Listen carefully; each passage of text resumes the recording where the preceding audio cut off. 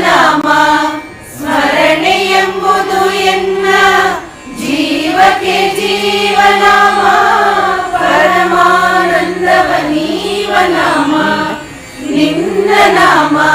ಸ್ಮರಣೆ ಎಂಬುದು ಎನ್ನ